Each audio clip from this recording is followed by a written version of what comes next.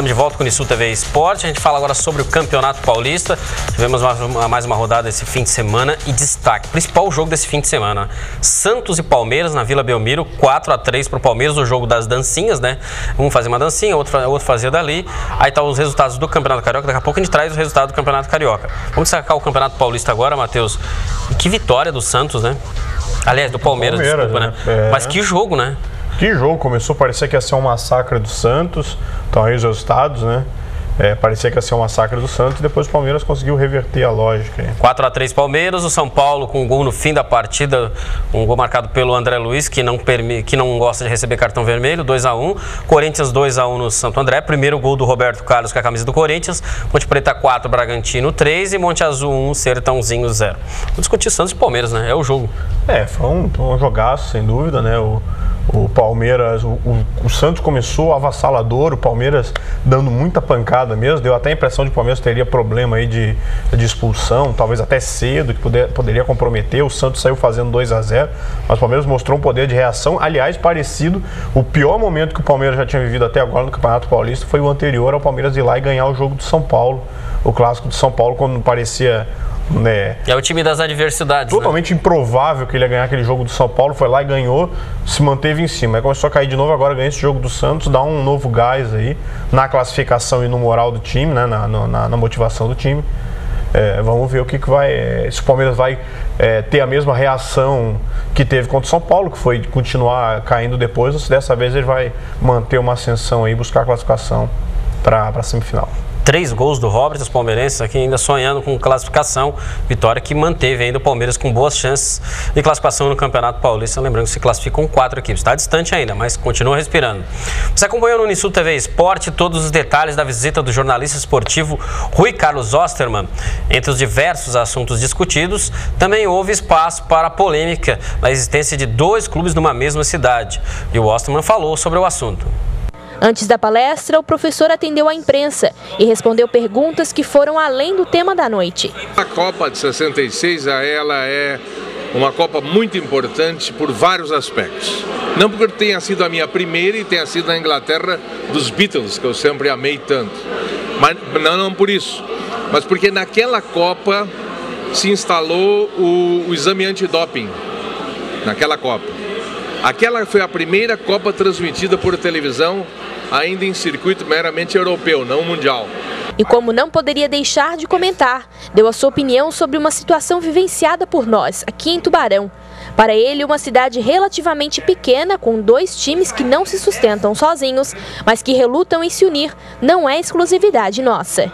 Isso é um fenômeno nacional. É um fenômeno nacional.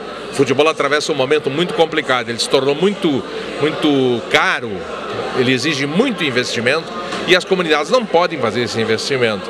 E se elas fazem um investimento modesto, elas acabam tendo um desempenho modesto, né? Elas não conseguem ultrapassar certos limites. Os grandes clubes hoje, como que acumulam praticamente todas as possibilidades de um trabalho e, em consequência, você está diante de uma situação assim, cortada ao meio, né? De um lado, aqueles que podem efetivamente trabalhar nessa direção e do outro lado, e é quase 80%, não podem. Bem, a visão aí de alguém que presenciou várias cidades, teve em várias cidades exemplos parecidos com o nosso aqui e também cidades grandes com clubes grandes, como é o caso do Internacional, do Grêmio, já viveu todo tipo de realidade. É para ter um bom embasamento aí.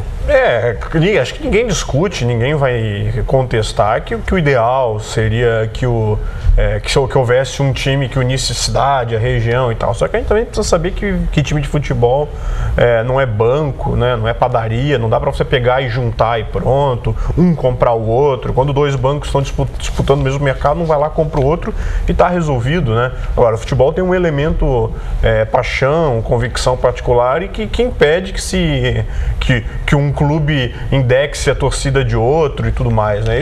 Claro que isso é o que dificulta aqui todo mundo que gostaria de ter um time só em Tubarão, mas se você for fazer uma pesquisa vai dar, uns vão achar que é uma coisa, outros vão achar que é outra. Eu acho que tem que ser um time só, mas se for o meu rival, o único, aí eu já não quero. todo mundo assim dessa forma. Quem tem uma convicção, quem é ercilista quer um time só em Tubarão, não é que seja Ercílio, não quer que seja Tubarão. Quem torce pro Tubarão aceita um time só em Tubarão, prefere agora que não seja Ercílio. Então essa questão é complicada de se resolver. Existem vários outros casos em outras cidades. Esse ano mesmo a gente está vendo aí a volta do Caxias de Joinville, justamente no momento em que o Joinville parece meio que reagir, mas o Caxias está voltando, vai jogar a 3ª divisão. Acho que o futebol de Tubarão tem que passar por um processo de seleção natural que vai acontecer, e só os resultados em campo vão poder indicar isso, porque não tem como sair uma decisão, não tem como o Espírito Santo descer aqui, resolver e todo mundo aceitar uma decisão de um clube só em Tubarão. O problema é esperar o Espírito Santo descer, né? Enfim. Vamos falar sobre a Copa Sul dos Campeões. O fim de semana definiu as equipes que classificaram para a segunda fase. Vamos aos resultados das 7 partidas disputadas. E a média de gols foi impressionante. 4 gols por partida. Você está gostando do Campeonato Carioca? Nós vamos falar daqui a pouco ainda. Nós vamos falar do Campeonato Carioca daqui a pouquinho ainda. Negócio para depois aí, calma, nós vamos falar sobre o Campeonato Carioca. O pessoal quer botar o Campeonato Carioca na pauta, mas calma, vai chegar a hora. Destaques. O Bandeirantes, classificado, e o Colégio Brasil venceu por 10-1. Foi uma classificação suada, apertada aí, né? Foi 5-0 o primeiro jogo e 10-1 o segundo. Foi... não teve nem disputa, né? Não teve o time do Colégio Brasil. Essa contratação do centroavante do Tana deu muito certo, né? Em 2 jogos ele já fez 7 gols. Na Copa Sul, tá sobrando mesmo. Só que vai ter um grande desafio agora na segunda fase. E agora as duas equipes se enfrentam? Tem um duelo importante aí. Já tem alguma movimentação pro jogo desse final de semana ser sábado, né? Porque domingo tem a procissão do Senhor dos Passos, né? Então aqui tu vai movimentar a cidade. Então, possibilidade boa aí do jogo acontecer sábado. Mas é a expectativa do que o pessoal tá ajeitando aí, porque é um grande jogo, né? Sem dúvida é um jogo muito esperado. Tá aí os resultados então. Força Jovem foi derrotado pelo Caravaggio 3-0, Juventus 2, Universo 1, Cocal do Sul 0, Baixada 1. Cocal do Sul tinha vencido o primeiro jogo por 1-0, venceu nos pênaltis 5-4. O Barracão derrotado pelo Bandeirantes 3-2, Alvorada 1, Colégio Brasil Santo Anjo 10, que é isso, né? Barreirinho 1, Escola de Samba, né? 10.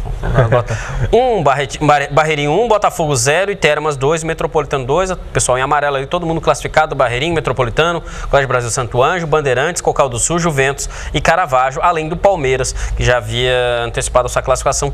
Todas essas equipes classificadas para a segunda fase da Copa Sul dos Campeões, que tem os jogos de ida programados para o próximo fim de semana. Vamos para o intervalo. Próximo bloco a gente vai falar sobre Campeonato Carioca. Tem Campeonato Catarinense no programa de hoje. Tem muito assunto, fique ligado.